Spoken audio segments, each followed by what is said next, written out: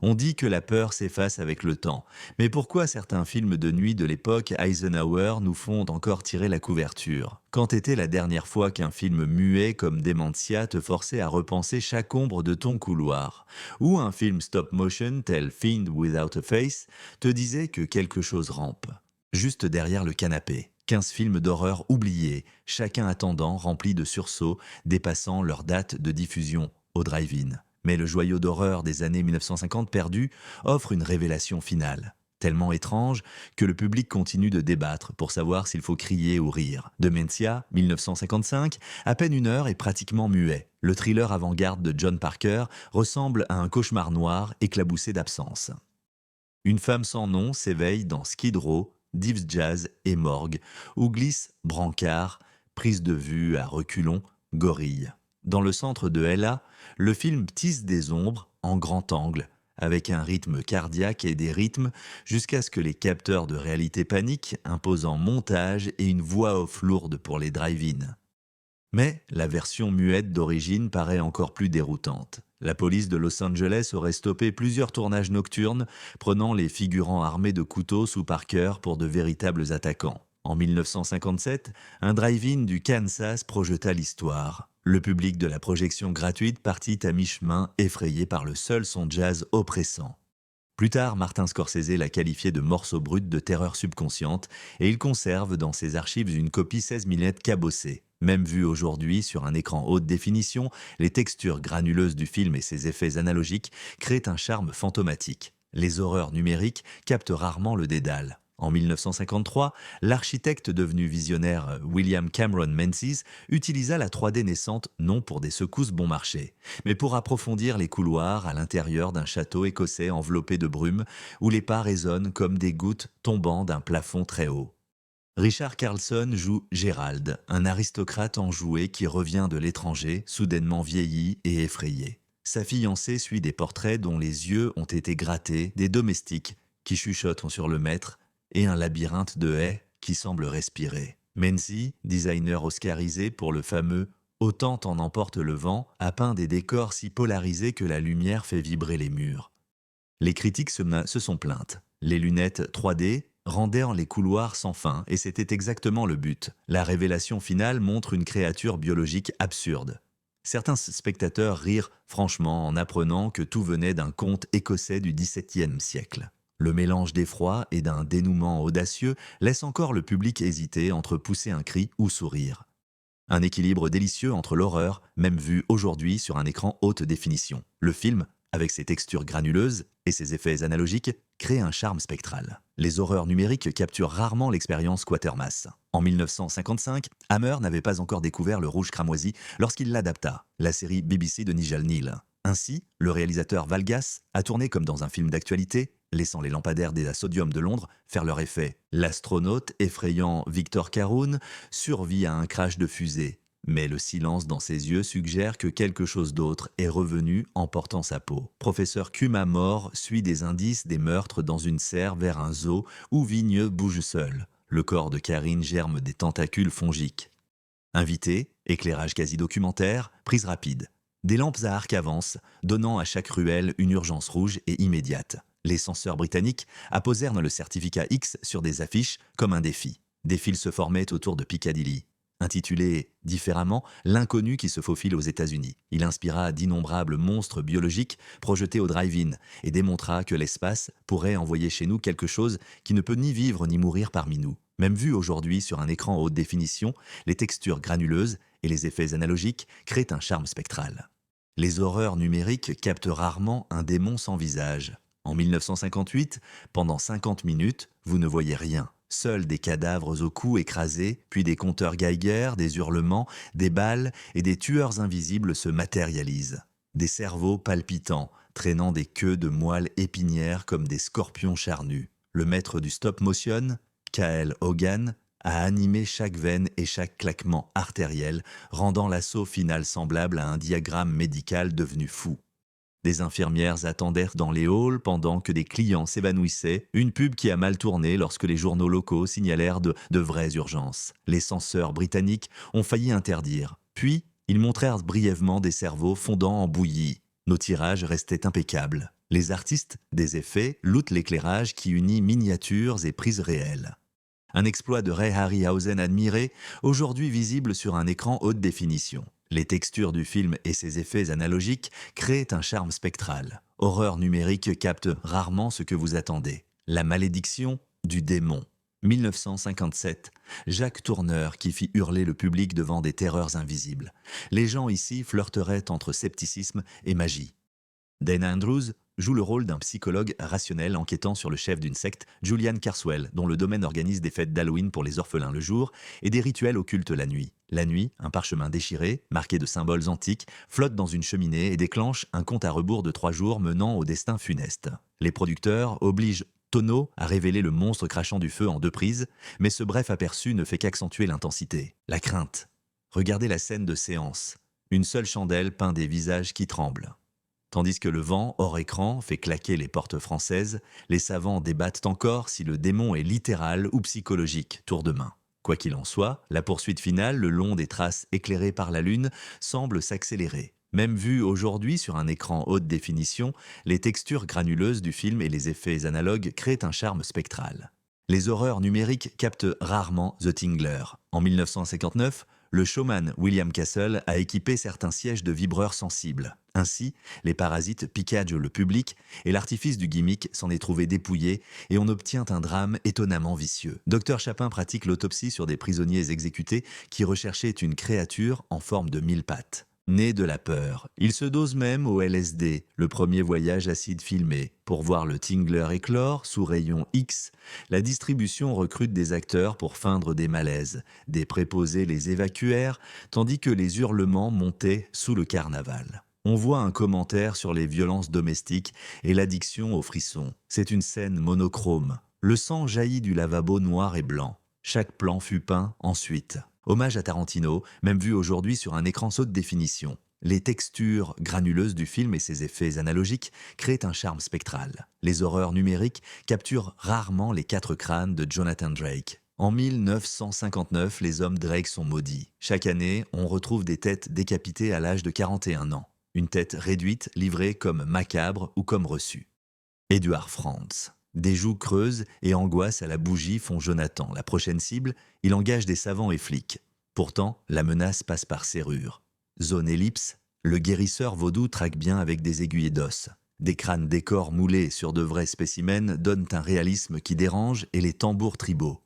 Une piste retirée pour la syndication télévisée, battant comme un cœur coupable. Le scénariste Orville Hampton a affirmé s'être inspiré d'une source péruvienne obscure.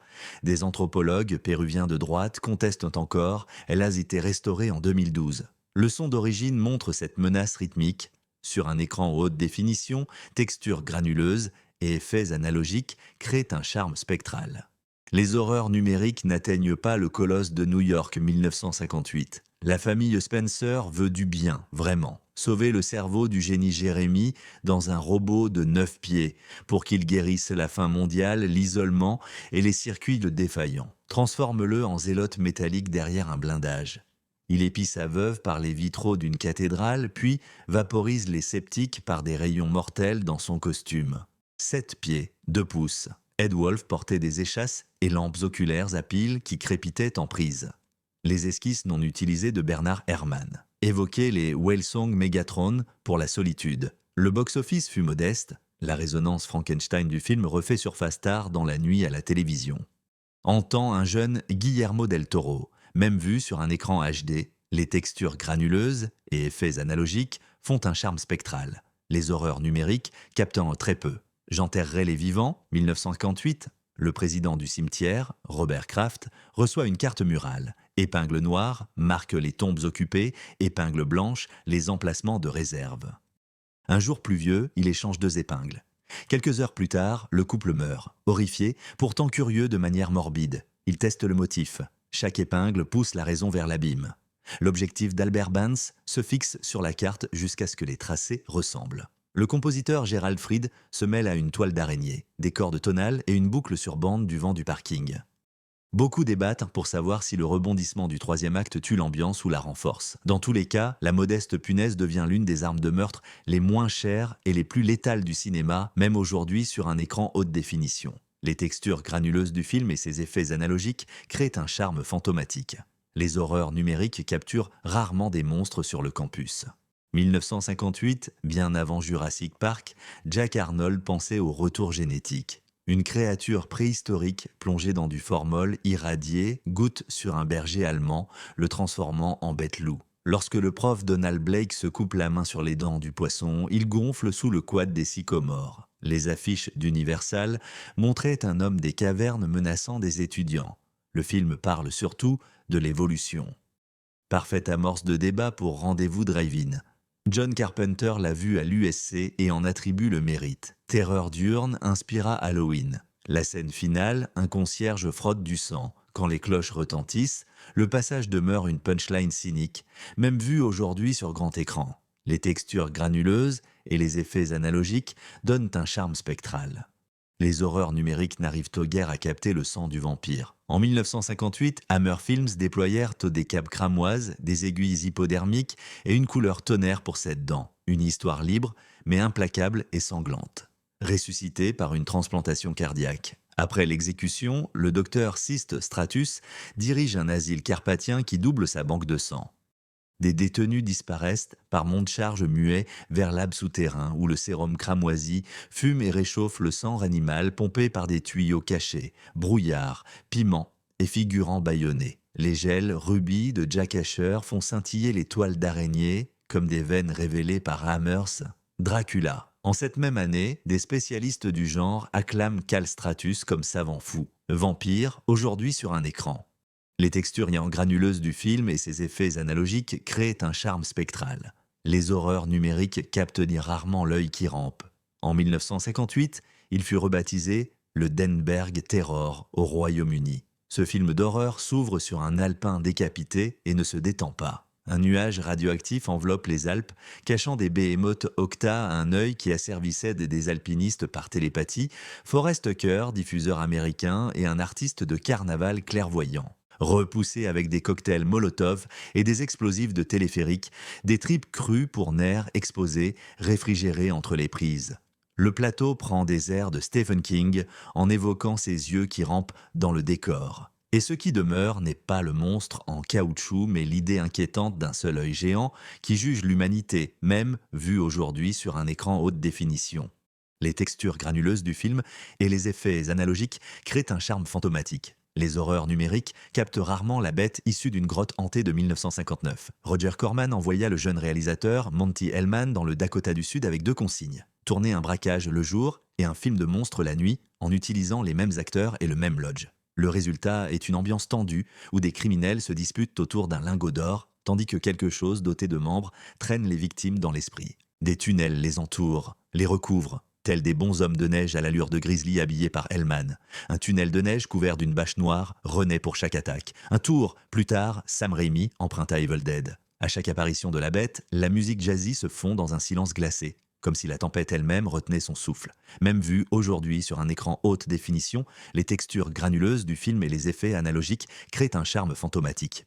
Les horreurs numériques captent rarement le scorpion noir. En 1957, le volcan mexicain entre en éruption, s'ouvrant. Des cavernes remplies de scorpions de la taille d'un autobus, dont les aiguillons transpercent le bétail comme des brochettes.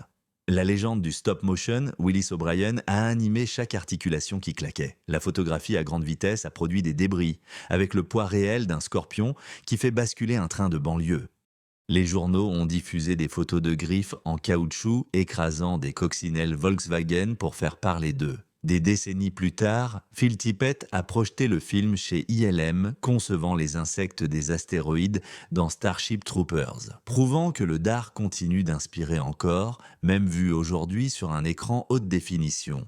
Les terribles horreurs numériques captent rarement la tête. 1959. DTA, sous Satan, a renommé la tête Stateside. Celle-ci suit le Dr Hude, qui conserve des têtes décapitées vivantes dans des casseroles avant d'en greffer une sur le corps d'un bossu. Et enfin transplanter sa propre tête sur un gardien brutal, l'actrice Karen Keke a passé des heures enterrée sous une table. En respirant par des tubes, selon une méthode de décapitation, la partition échantillonne des machines hospitalières désaccordées. annonçant une musique industrielle. Des critiques allemandes l'ont qualifié de nausée déguisée en art. Pourtant, les cercles du cinéma d'auteur ont par la suite loué son inquiétude existentielle. Qu'est-ce qu'une personne sans corps ou un corps sans conscience, même vu aujourd'hui sur un écran haute définition? Le grain du film et ses effets analogiques créent un charme spectral. Les horreurs numériques ratent de rarement. 15 cauchemars du milieu du siècle, sauvés des bennes et des pirates, s'enfoncent sous la peau moderne. Certains prospèrent par l'animation, d'autres misent sur une psychologie qui provoque le malaise. Mais tous prouvent qu'une marée de CGI n'est pas nécessaire. Le gore n'est si qu'une prémisse inquiétante et le courage de le murmurer dans l'obscurité fait naître l'horreur. Une implication dans le silence juste avant le rideau se réveille face à la possibilité redoutable que la vie quotidienne puisse basculer sans avertissement. Alors, pour ton prochain film, ignore les slashers familiers et choisis plutôt l'un de ces tirages d'archives. Laisse le projecteur ronronner. Inspire ce musc poussiéreux de celluloïd. Et souviens-toi, ombres des années 50 peuvent atteindre ta porte ce soir. Et peut-être si tu écoutes bien, tu entendras Russell à peine perceptible qui n'était pas sur la bande son.